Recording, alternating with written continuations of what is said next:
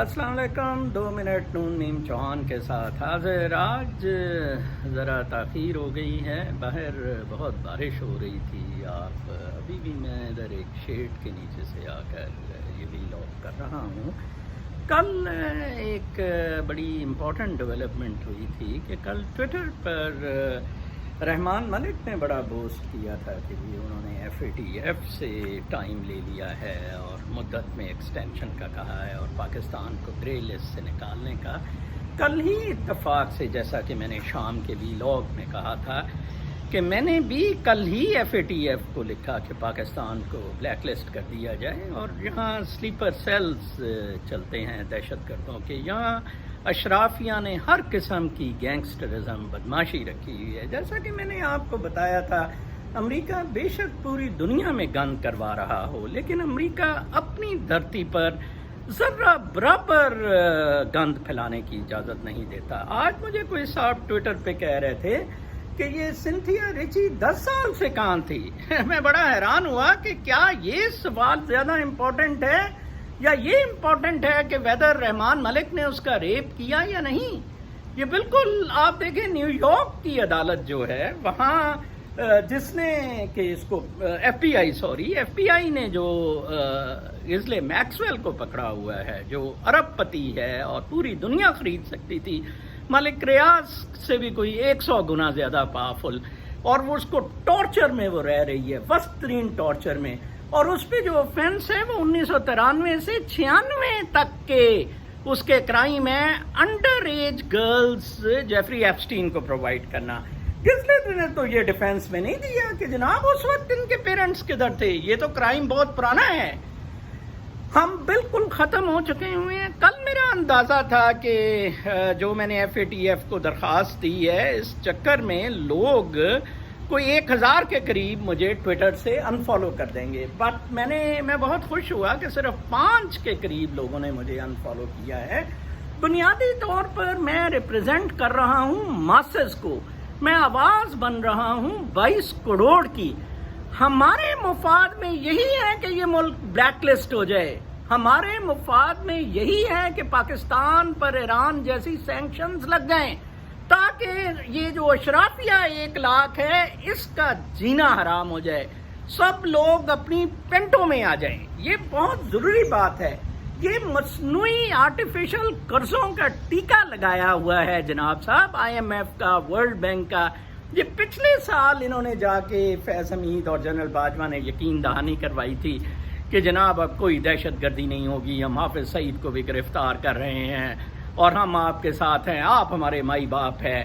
لیکن یہ انسان نہیں بنے. تو امریکہ نے ورلڈ بینک, IMF کو کہا کہ چلیں یار ان کی سپورٹ کرتے رہیں. کرونا میں بھی امریکہ نے مدد کی, انہوں نے بھی امریکہ PPE کا ایک جناب صاحب جہاز بھیج دیا. لیکن امریکہ کو پتا ہے کہ چین جیسے کہ میں نے کہا تھا, تیمور جب علاقے فتح کرتا تھا وہ کھوپڑیوں کے مینار بناتا تھا. چین نے ایک نیا طریقہ ڈھونڈا ہے. چین جو علاقے فتح کرتا ہے وہاں بڑے بڑے ہائر کے فریج, کنٹینر, ڈیپ فریزر لے جاتا ہے اور لوگوں کی جسم کاٹ کے وہ وہاں انفریز کرتا ہے اور پھر وہ کھاتا بھی ہے اور دکھاتا بھی ہے کہ یہ دیکھیں, یہ ہم نے آپ کو قتل بھی کیا اور ضائع بھی نہیں کیا, ہم نے وہ گوشت بھی کھایا ہے. جناب چین مکمل کنٹرول کرے گا. اب چین آئے گا, ہر طرح سے آئے گا. آپ دیکھیں رحمان ملک نے کل مجھے بلاک کر دیا جب اسے میں نے کہا ہے کہ آپ میں کیسے جرت ہوئی. رحمان ملک کو میں نے کہا کہ میرے گھر ایک خاتون, ایک گشتی خاتون سے, عائشہ بھٹی سے سلیپر سیل ISI چلا رہی ہے, چکلے چلا رہی ہے. تم کون سے چیئرمین کمیٹی کے بنے پھر رہے ہو, انٹیریئر کمیٹی کے, تم نے کیا کیا؟ دراصل ان ریاستوں کا بیڑا غرق تب ہوا جب مونٹے ویڈیو کنونشن نے انٹرنیشنل کانسیپٹ دیا اسٹیٹ ہوڈ کا, جس میں اس نے رکھ دیا کہ جی لوگ ہوں, آبادی ہوں, and capacity to enter into agreement. یہ capacity to enter into agreement بہت فضول تھا. صرف لوگ ہوں اور جناب صاحب باؤنڈریز ہوں جن پہ وہ قابض ہوں. Capacity to enter into agreements کا کیا مطلب ہے؟ اس کو ایکسپلائٹ کرتے ہوئے سینکشنز کا ہتھیار استعمال ہوتا ہے تلوار لٹکائی جاتی ہے، اس کو استعمال کرتے ہوئے یہ ویٹو پاورز ہوتی ہیں، اس کو UNO Britain would institution exploit کرتے ہیں.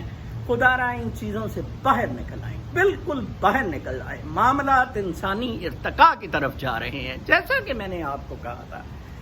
کل ہی میں دیکھ رہا تھا پرسوں پاورفل پاسپورٹس کی لسٹ، جس میں جاپان اور فن لینڈ کو فرسٹ کیٹیگری میں ڈالا ہوا تھا، اور امریکہ کوئی اس کی وسط میں تھا، مطلب 12ویں 13ویں کیٹیگری میں تھا. کوئی 50 کیٹیگریز بنائی ہیں اور پاکستان 50ویں میں تھا.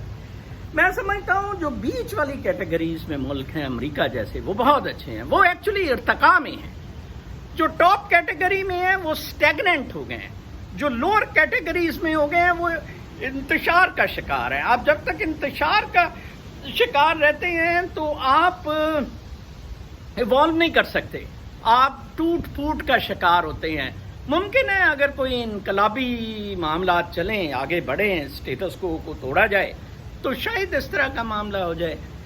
تو اس حساب سے آپ کو اب جس چیز کی ضرورت ہے 1 لاکھ اشرافیہ سے جان چھڑوانے کی ضرورت ہے. مجھے بہت سارے لوگ کہتے ہیں جب میں سیاستدانوں کے کپڑے اتارتا ہوں کہ آپ نے جرنیلوں کا، او بھائی میں تو جنرل کیانی کا بتا رہا ہوں کہ میں پروسیکیوٹر بننے کے لیے تیار ہوں. مجھے پتہ ہے اس نے کہاں کہاں کیا کیا فراڈ کیے ہیں. میں نے تو جنرل میدی کا بتایا ہے، میں نے تو ہر جرنیل کی بدماشی، کرپشن، فراڈ بتائی ہیں. میں تو نیب میں رہا ان فوجیوں کے ساتھ. تو اس لیے یہ 1 لاکھ اشرافیہ بالکل اکٹھی ہے، اس کا ہمیں کلا کما کرنا ہوگا. شام تک کے روحانی بلاگ تک اجازت، اللہ نے کے بعد.